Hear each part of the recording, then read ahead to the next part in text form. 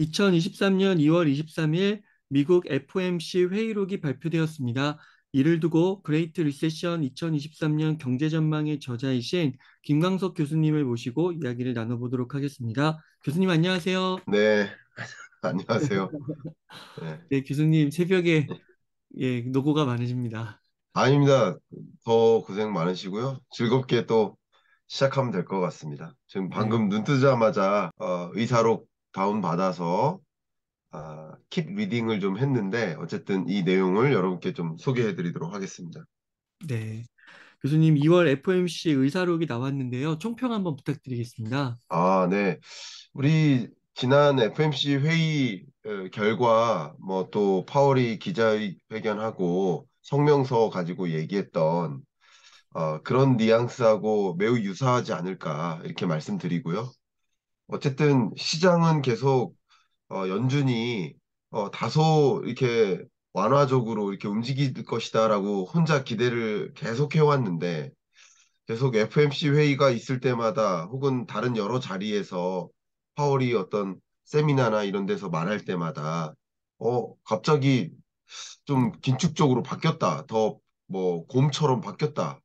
뭐 이런 식으로 이제 표현을 하는데 사실은 파월은 항상 그 자리에 있었다. 연준도 그 자리에 있었다. 강한 긴축의 자세를 가지고 있었다.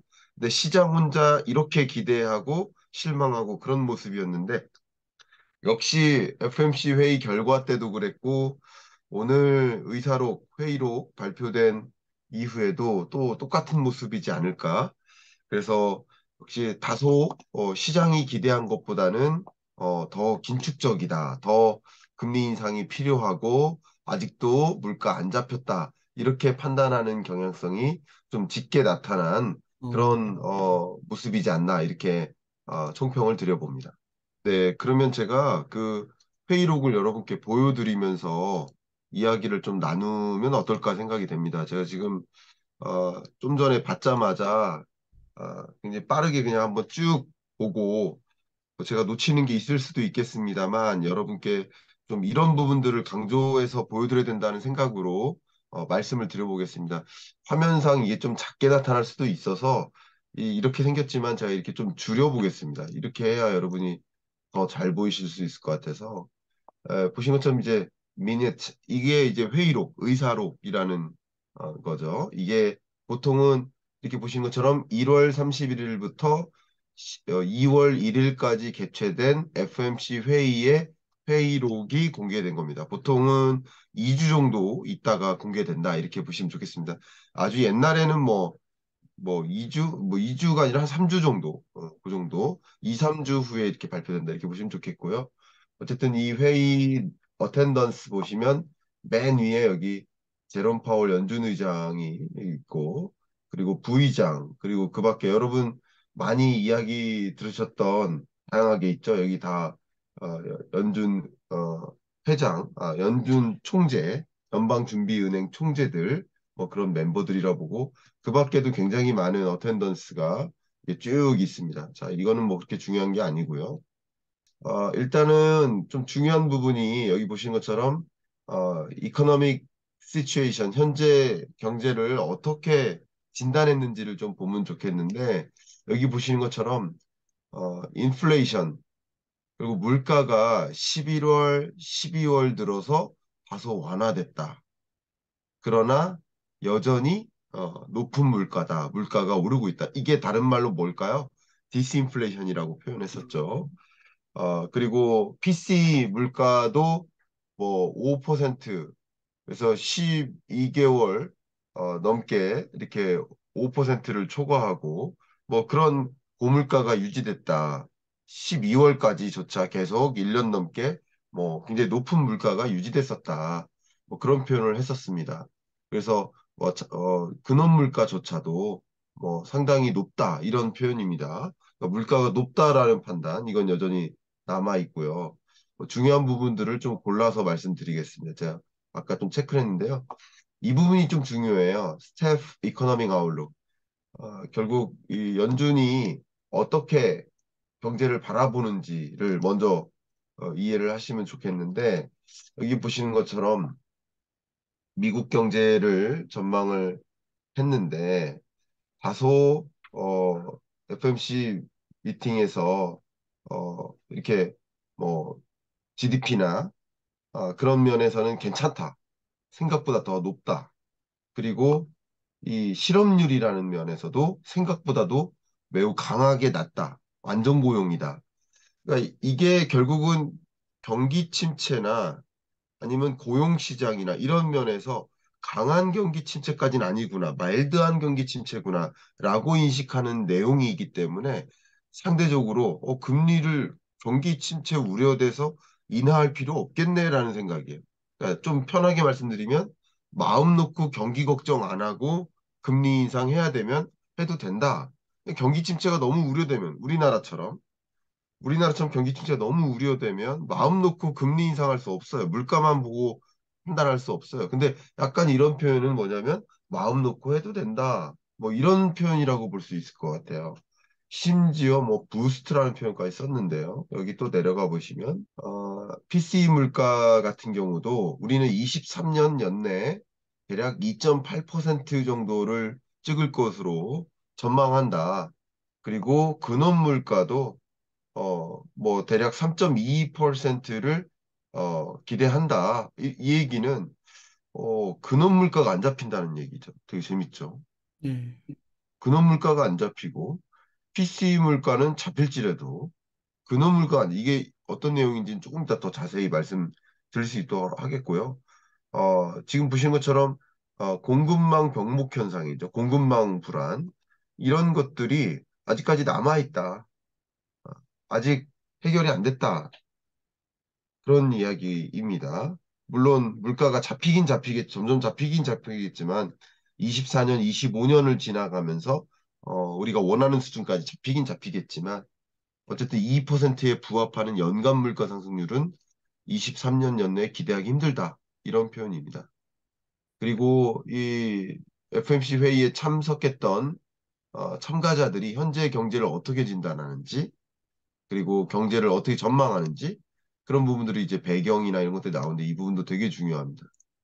FMC 위원들이 결국 동의를 했는데 뭐라고 동의했냐면 보시는 것처럼 강한 금리를 유지하는 것, 그것을 통해서 수요를 줄여나가는 것, 이게 필요하다. 특히 하우징 부문. 제가 지난번에도 말씀드렸는데 PC, CPI 가지고 말씀드렸는데 잠재 근원 물가 상승률 중에서 특히 하우싱에 해당되는 주거 근원 서비스 물가 이 부분이 진짜 안 잡히고 있다. 이 말씀 드린 적이 있어요. 그걸 굉장히 우려하고 있는 겁니다. 이해가시죠? 그리고 그 밖에도 경제 활동 같은 것들도 보니까 뭐 나름 괜찮다. 그런 얘기고요. 그리고 좀 슬로우 할 수는 있지만 뭐 그래도 괜찮다 이런 종류의 표현이라고 볼 수 있겠습니다. 심지어 rebounded라는까지 표현을 썼어요. rebounded 22년에 rebounded 됐다. 뭐 좀 나름 괜찮다 이런 표현이라고 볼 수 있겠습니다. 그런데 인플레이션은 여전히 unacceptably 수용할 수 없을 만큼 높은 수준으로 유지되고 있다. 좀 강한 표현이죠. 우리가 도저히 받아들일 수 없는 그런 수준의 높은 물가가 유지되고 있다. 이런 표현이죠. 그래서 연준 그 FMC 위원들이 뭐라고 기대하고 있냐면 뭐 리얼 GDP는 그래도 뭐 다소 안정화돼 좀 저성장화 될 수도 있다.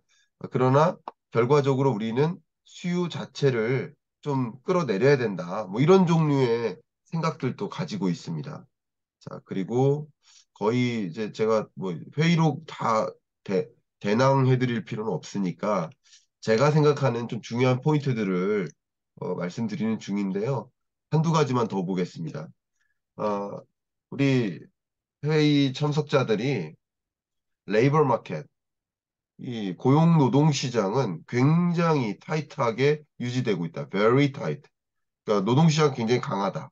고용시장과 실업률과 물가 상승률, 연준이 금리 인상을 결정할 때 고려하는 변수가 많지만 그중에 두 가지를 90% 고려한다라고도 할 수 있는데 그 두 가지가 실업률과 물가 상승률이기 때문에 PCE 물가 상승률이기 때문에 고용시장이 타이트하다라는 얘기는 정말 다시 말해서 오로지 물가만 쳐다보고 금리 결정해도 된다라는 표현인 거예요. 근데 시장 입장에서는 좀 안 좋은 표현이라고 볼 수 있겠습니다. 시장 입장에서는. 자, 그다음에 물가 상승률은 커미티가 계속 바라보고 있는 롱텀하게 보고 있는 2%라는 목표 물가를 still well above 훨씬 초과하고 있다. 아직도. 그래서 많은 대부분의 참석자들이 이런 인플레이션이 올라가고 그것이 특히 low income household 그러니까 저소득층에게 엄청난 어려움을 줄 것이다라는 그 판단은 굉장히 똑같습니다. FMC 회의 참석자들이 판단했냐면 레이버 마켓도 굉장히 강하고 그리고 레이버 마켓 굉장히 강하고 그리고 뭐 이 임금이 굉장히 높게 올라서 2%라는 물가를 기록하는데 좀 어려움이 있다. 노동시장이 강하고 임금이 굉장히 빠르게 오르고 있다. 그래서 서비스 물가가 빨리 안 잡힌다. 서비스 근원 물가가 안 잡힌다. 이런 표현이라고 볼 수 있겠습니다. 자, 이제 거의 마무리 멘트를. 그래서 커미티가 어떻게 우리는 이 통화정책 펄러스 액션은 이제 통화정책 결정을 했냐라는 건데 네, 지금과 같은 이런 수십 장에 걸친 논의와 디스커션을 거쳐서 우리가 동의를 했는데 뭐라고 동의했냐면 어쨌든 뭐 우리 멤버는 잡 게인 그 고용 시장이 굉장히 탄탄하고 최근 들어서 굉장히 강하고 또 실업률도 낮은 수준으로 계속 유지되고 있기 때문에 그리고 또 말씀드린 것처럼 인플레이션이 다소 잡힌 건 사실이지만 여전히 높게 유지되고 있다. 이게 커미티 멤버가 판단한 최종 문구라고 볼 수 있겠습니다. 그래서 우리 멤버는 여기가 중요합니다. 계속 똑같은 말들이 반복됩니다. 2%라는 목표 물가를 장기적으로 이룰 수 있도록 우리는 이 골, 이런 골, 물가 맥시멈 완전 고용과 그리고 2% 목표 물가를 이루는 게 우리의 골인데 그 골을 이루기 위해서 그래서 우리는 4.25%에서 4.75% 4.5%에서 4.75%죠. 얘네는 이렇게 분수로 이렇게 표현을 합니다. 이렇게 그러니까 4.5에서 4.75%로 인상했다. 그 왜 그렇게 인상했는지 그 배경을 아까 잠깐 읽어드린 거고요. 자, 마지막으로 우리 연주는 계속 뭐 우리 부채 문제라든가 여러 가지 뭐 금융 불안정성 이런 문제들도 고려하면서 의사결정을 하는데 어쨌든 2%라는 목표 물가에 도래할 때까지 리터닝 다시 그 자리로 돌아올 때까지 우리는 strongly committed 아마 시장은 굉장히 안 좋아할 텐데 strongly 굉장히 강하게 2%라는 목표 물가를 이룰 때까지 이 금리 통화 정책 의사 결정을 해 나가겠다 이렇게 표현했습니다. 이 정도 읽어드리고요. 어쨌든 이 내용을 보고 또 시장은 뭐라고 반응할 거냐면 연준이 바뀌었다. 파월이 또 마음이 바뀌었다. 갑자기 봄으로 바뀌었다. 이런 식으로 받아들일 것 같습니다. 제 생각에는. 왜냐하면 혼자 기대했거든요. 네, 금리 인상 안 할 것처럼, 금리 인하 곧 할 것처럼 뭐 이렇게 혼자 기대했었지 않습니까? 그런 관점에서 어쨌든 연준이 바뀌었다. 뭐 이런 식으로 또 해석하지 않을까? 어, 어쨌든 인플레 완화를 위해서 더 많이 인상하는 것이 필요하다. 네. 인플레이션이 높고 지속적으로 금리 인상이 필요하다. 요게 FMC 회의록의 총론이지 않을까 이렇게 의견 드립니다. 네.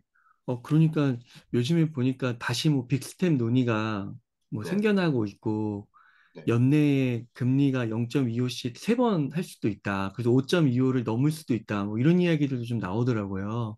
네, 그런 것들이 오늘 그 교수님의 즉시 분석을 들으니까 진짜 가능할 수도 있겠다라는 생각은 좀 드는 것 같은데요. 그러게요. 저도 그런 생각이 들고요. 네. 예, 아마 그 금리의 행방이 궁금해서 이 새벽에 같이 일어나신 분들도 계실 텐데, 네, 아직도 새벽 4시 대가 인데 어쨌든 여러분께 더 추가적으로 소상히 여러 가지 이야기 밝혀드리도록 하겠습니다. 네.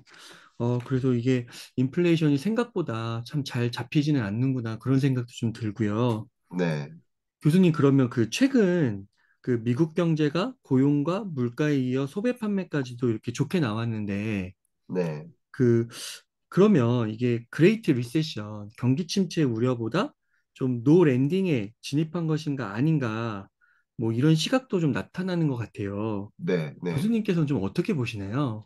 예, 소프트 랜딩이냐, 하드 랜딩이냐, 아니면 노 랜딩이냐. 노 네. 랜딩은 아예 침체 없는 거죠. 지금처럼 괜찮은 거, 뭐 이렇게 얘기를 하는데 그 부분을 제가 어, 좀 퀵하게 또 보겠습니다. 이제 이렇게 우리 즉시 분석하면서 제가 잠이 깨는 것 같습니다. 네, 이제 잠이 확실히 깬 것 같습니다. 이제 보여드리겠습니다. 이거 수차례 보여드렸으니까 짧게 빨리 가겠습니다.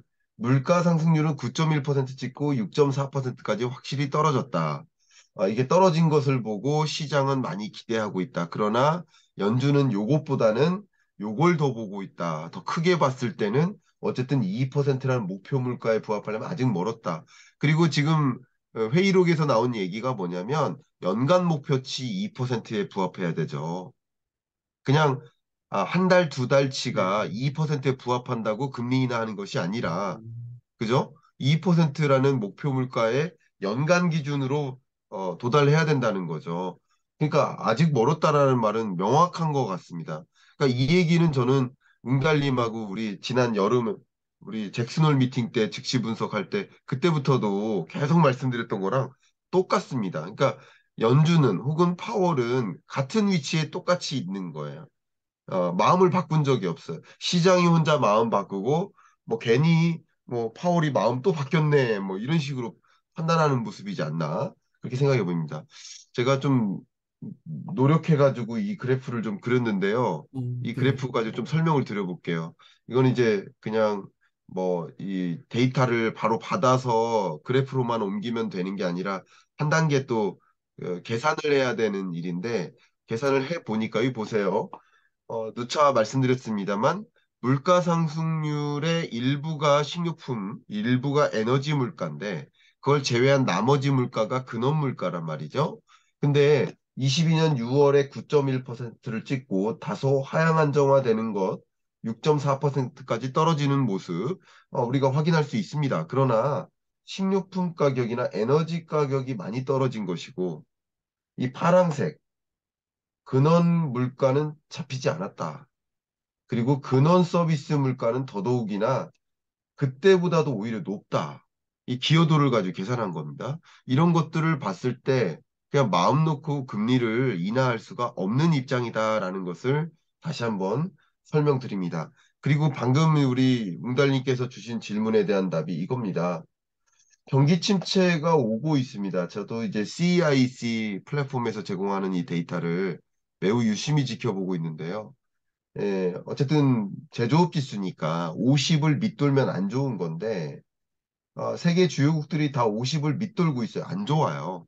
근데 미국 경제를 잠깐 보면 미국 경제는 거의 저점을 찍고 조금 반등했죠. 이 모습을 보면서 역시 시장은 노랜딩 아니야.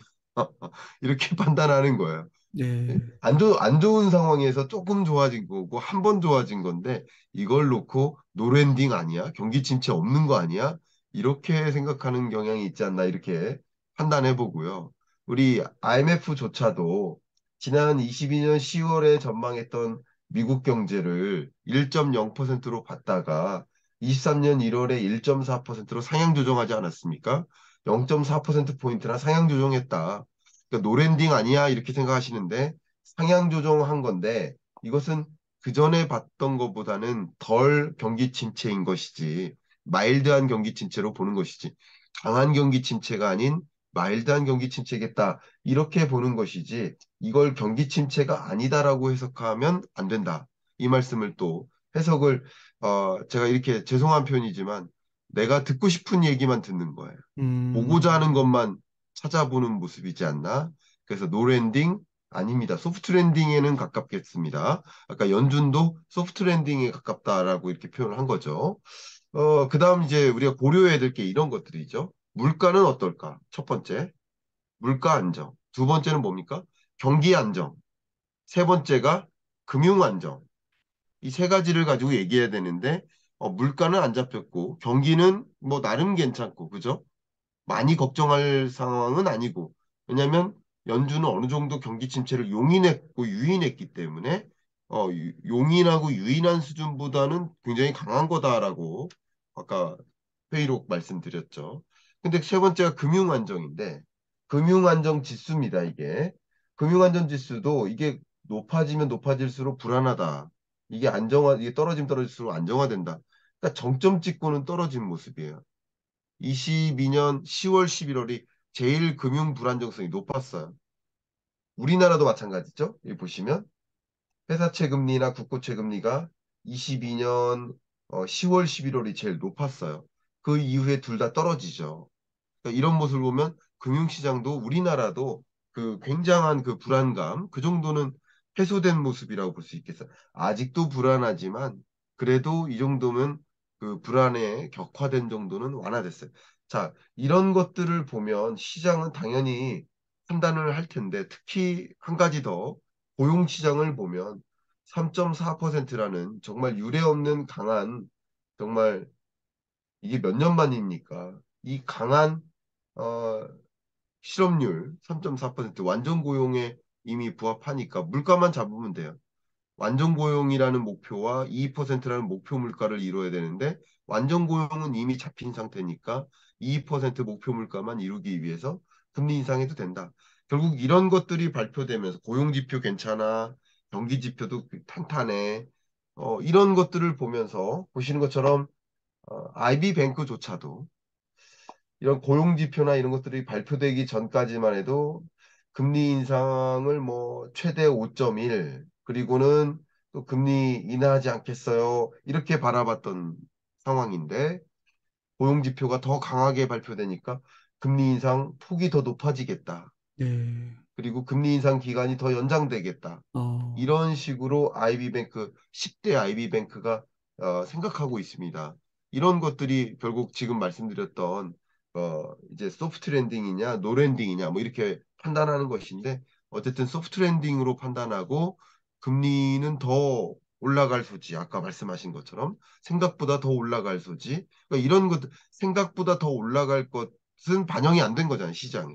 네. 5.0% 23년 예를 들어서 2분기까지 금리 인상하겠다라는 것은 6개월 전에 반영한 거지만 이거보다 더 올린다라는 것은 시장에 반영이 안 된 거니까 시장이 반영되면서 주가에 영향을 주는 거고 환율에 영향을 주는 것이다. 이렇게 해석하시면 도움이 되겠습니다.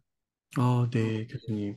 그러니까 이게 보니까 진짜 그 최초에 말씀해주신 그 연줄 파월의 생각과 네, 시장의 해석 네, 여기에 있어서 항상 계속 갈등이 좀 나타나는 것 같습니다. 네, 맞습니다. 어, 또 우리 하룻밤 자고 나면 PCE 발표되니까 네, 그때 더 자세한 말씀 드릴 수 있도록 하겠습니다. 약간 이제 반란의 모습은 뭐냐면 싸우는데 맞은편에 그, 뭐죠 적이 막 탱크를 앞세워서 막 왔어요. 근데 우리는 막 총 들고 소총 들고 왔는데 아직 그 대포 부대, 그 탱크 부대가 안 왔어요. 근데 그래도 나는 이 기회를 놓칠 수 없어 하고 소총 부대가 막 어, 달려가서 싸우는 흐름이에요. 네, 갔다가 정말 과연 싸울 수 있을까? 몇 명은 어, 싸울지 모르겠지만 대부분 그 탱크를 앞에 두고 쫄아가지고 여러분 잘 아시겠지만 전쟁이 있을 때 한 수천 발 쏘면 한 명 맞아요. 왜 그런지 아세요? 그냥 적극적으로 조준하고 쏘는 게 아니에요. 우리가 군대 가서 총 연습해보지만 사격 연습하지만 조준 정확하게 하니까 맞추잖아요. 근데 전쟁 나면요, 자기 몸을 감춰요. 감춘 상황에서 이렇게 쏘는 거예요. 어, 실제 전쟁이 되면 여러분 굉장히 좁니다. 그러니까 이렇게 죄송한 표현이지만 FMC 회의록이 발표되면 대부분이 다시 이제 또 어, 일시적일지라도 긴장하게 됩니다. 그래서 이 시장이 이런 실물 경제나 금융 경제 이런 기준금리 인상이라든가 이런 것을 이기기는 어렵지 않겠느냐라는 생각을 저는 개인적으로 갖고 있습니다. 그러니까 파월이 어떤 말 할지, 회의록에 어떤 말이 담겨 있을지에 주목하는 거 아니겠습니까? 그 시장이 이길 거라고 판단한다면 그 회의록 왜 봅니까? 그죠? 그냥 종목 보면서 투자하면 되죠. 그죠? 그렇게 생각합니다. 그러니까 한편으로는 그런 것도 참 네, 있는 것 같습니다. 이게 그런 뭐 증시 쪽에서 예를 들면은 좀 이해관계 쪽에서 이득을 조금 얻을 수 있는 네. 그런 쪽에서는 이렇게 분위기를 계속해서 좀 띄우는 것 같기도 하고요. 그렇죠. 이제 저도 이제 계속 그런 말씀 드려 왔는데 네, IB 뱅크들이 거의 네, 선봉대 역할을 해가지고 네, 너가 가서 먼저 뭐 대포 맞아 뭐 런 느낌으로 어 뭐 마치 물가 잡혔다 금리 인상 없다 곧 금리 인하 한다 라는 방식으로 시장을 좀 유도하는 게 아닐까 그런 생각이 듭니다. 네, 그래서 여러분이 저는 이제 종종 말씀드리는 그림이 있는데 여러분이 만약에 눈을 뜨시면 어, 누가 장님인지 구분할 수 있어요. 어, 근데 장님이 장님의 길을 안내받고 있는 모습이지 않나. 제가 그림 잠깐 보여드릴까요? 어, 제가 제가 보여드리려는 의도는 없었지만 제가 정말 좋아하는 그림입니다. 1568년 작품이고 독일 작품이고요. 여기 보시면 한 명의 장님이 더 블라인드가 장님이죠. 소경. 한 명의 장님이 네 명의 장님을 이끌고 있어요. 그러니까 내가 장님이면 장님한테 안내받고 있는지도 모르고 따라가는 거예요. 네. 22년 연내에 주가 떨어질 때마다 추격 매수하라. 이런 얘기 들으면서 움직였던 거. 내가 장님이면 누구 말을 들어야 될지도 판단할 수 없는 거예요. 눈을 뜨셨으면 좋겠습니다. 여러분이 스스로 경기를 진단하고 파월은 어떤 마음이고 시장의 기대는 어떤 마음인지를 구분하면서 이해하시면 훨씬 뭐 경제가 재밌고 좀 상대적으로 더 옳은 판단을 할 수 있지 않을까 그런 의견을 좀 드리고 싶습니다. 와, 교수님, 이런 순간에 이렇게 회의록 원문을 딱 가지고 오셔가지고요. 확실한 텍스트 네, 자료에 근거해서 네, 이렇게 딱딱 짚어주시니까요. 예. 저희가 조금씩 조금씩 눈을 뜰 수 있는 것 같습니다. 아예 아닙니다. 제가 감사합니다. 네. 교수님, 그러면 그 저 잠시 눈 후에, 떴습니다. 이제 잠 깼어요. 예, 예, 예, 그 잠시 후에 또 네, 오전에 한국은행 통화정책 회의가 열리는데요. 예. 그 이제 여기 한국은행에 계신 분들도 이 FOMC 회의록 결과를 주의 깊게 보실 것 같습니다. 네, 그러면서 또 한편으로는 한국의 실물 경제가 좀 좋지 못하다고 네, 본다면 이게 또 금리 동결 이야기도 나오는 것 같더라고요. 네, 그러니까 이게 우리나라 경기가 그만큼 좀 안 좋다 이렇게 보는 걸까요? 네. 그 부분 너무 좋은 질문 주셔서 제가 말씀드리도록 하겠습니다. 일단은 우리 금통위 위원들도 뭐 이런 표현을 한 적이 있었죠. 우리 중앙은행은 정부로부터, 행정부로부터 독립적이다. 예, 그건 맞아요. 근데 연준으로부터 독립적일 수 없다. 한국은행이. 그런 표현을 한 적이 있어요. 잠깐 보여드리겠습니다. 우리 회의록 발표되기 직전까지 세미 페드워치가 어, 어쨌든 0.25%포인트 올릴 거야. 3월 22일 날 딱 정확히 한 달 정도 후에 통화정책이 있죠. FMC 회의가 있죠. 그때 79%만큼 그래도 0.25에 무게를 두고 있었는데 세미 페드워치를 제가 지금 업데이트를 하고 있습니다. 제가 업데이트를 해서 보여드리겠습니다. 지금 보이시죠? 지금 네, 업데이트가 되고 있는 중입니다. 보여드리면 오, 74.5로 내려왔죠. 아까 네, 다시 비교해 드릴게요. 보시는 것처럼 그러니까 빅스텝을 21%로 가능성을 뒀는데 빅스텝에 대한 가능성이 조금 더 올라갔죠. 네, 25.5%. 네, 그러니까 조금 더 긴장하기 시작했다라는 것을 볼 수 있고 요만큼 시장에 반영될 것이다. 이 말씀을 좀 드리고 싶어요. 그리고 향후 우리 3월 달에 있을 FOMC 회의에서는 금리를 어떻게 결정할까? 이것은 또 PC에 달려 있어요. PC는 우리 내일이죠? 내일 네.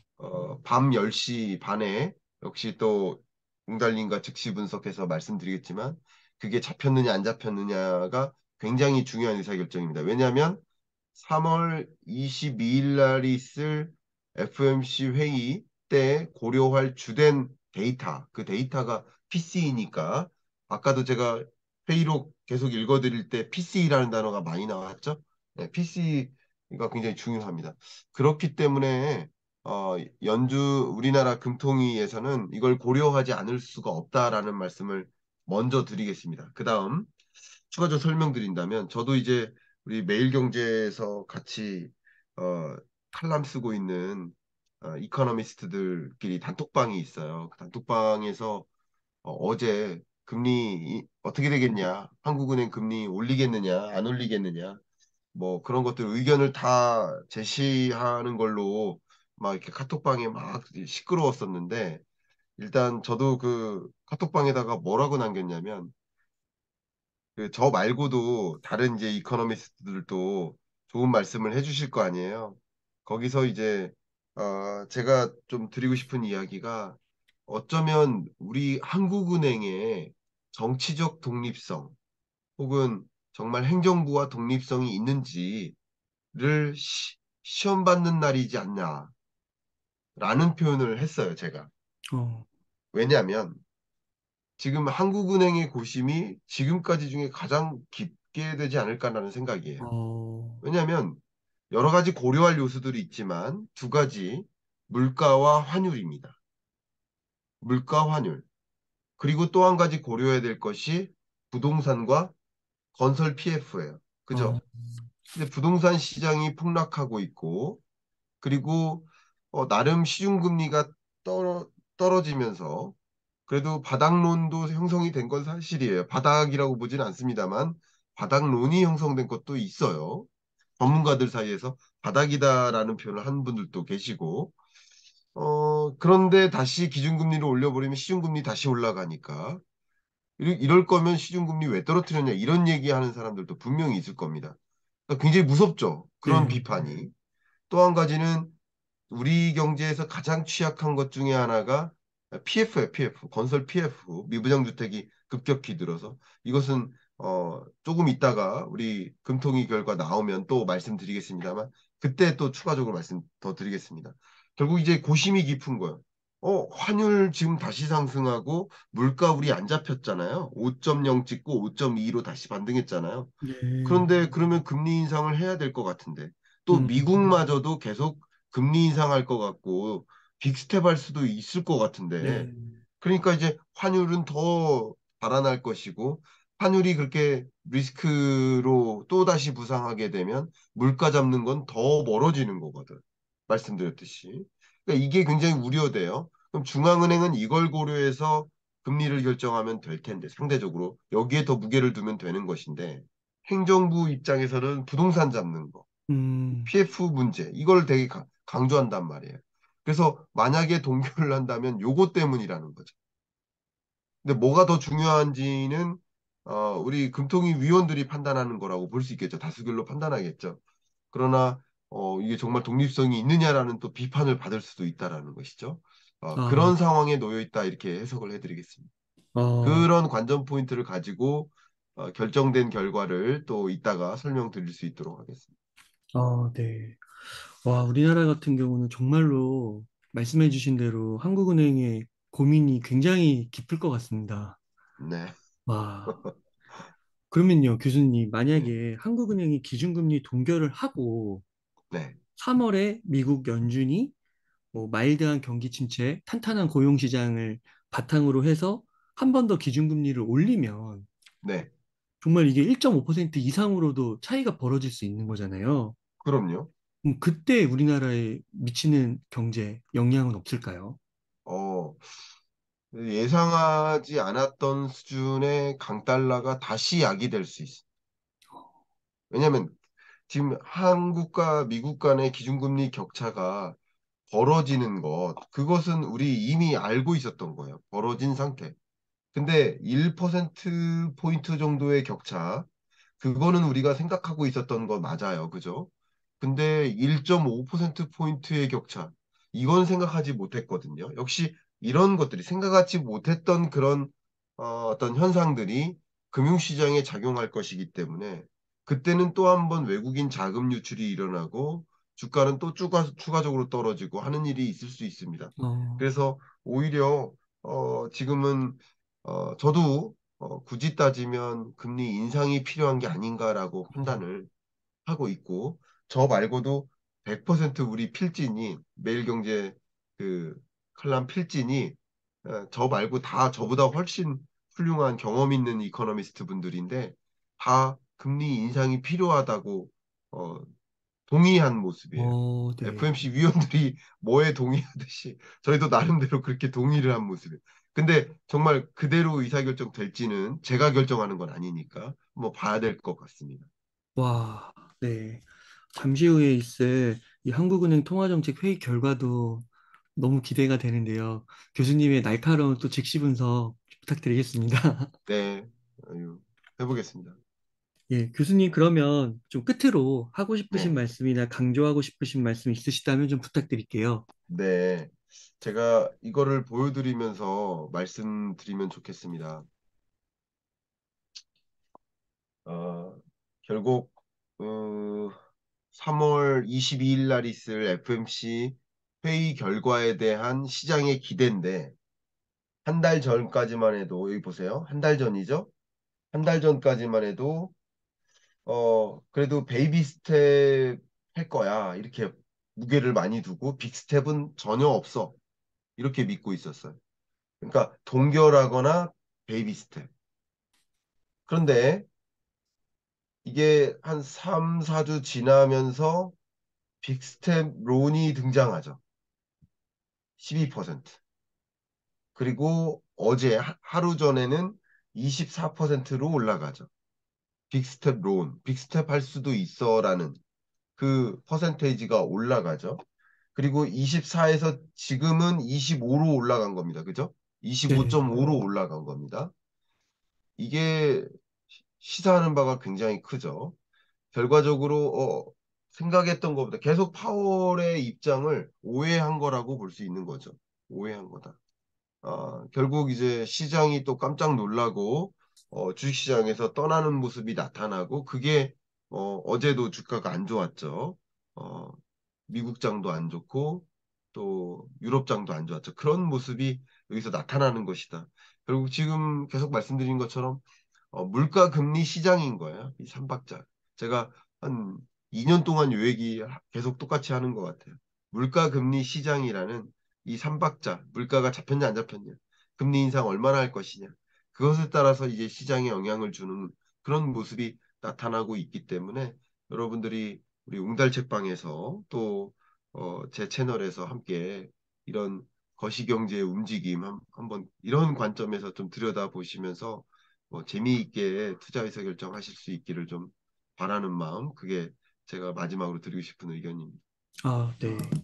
그 자산 시장에서 좀 투자를 만약에 염두에 두고 있을 때 섣불리 네, 그 총을 들고 막 전진하기보다는 좀 탱크를 조금 기다리는 거, 네, 탱크가 잘 오고 있나 이거 한번 좀 생각을 네. 해보는 우리 것도 우리 필요하지 편 않을까. 탱크가 같이 와주기를 좀 기다리는 게 필요하다 생각이 어, 되고요. 네, 다소 미국의 금리는 한국의 주식시장에 영향을 미칠 것이고, 한국은행의 기준금리 결정은 부동산 시장에 더 영향을 미칠 것이기 때문에 조금 있다가 저도 좀 다시 네, 자고 일어나서 한국은행의 금통위 결과를 가지고 부동산 시장 관점에서도 바닥이냐, 바닥 아니냐, 이런 이야기도 꼭 해드릴 수 있도록 하겠습니다. 네. 이렇게 해서 그레이트 리세션 2023년 경제 전망에 김광석 교수님을 모시고 이야기를 나눠봤습니다. 긴 시간 동안 유익한 인사이트 많이 나눠주셔서 감사의 말씀드립니다. 오늘 고생 많으셨습니다. 감사합니다. 교수님 잠시 후에 뵙겠습니다. 예, 이따 뵙겠습니다.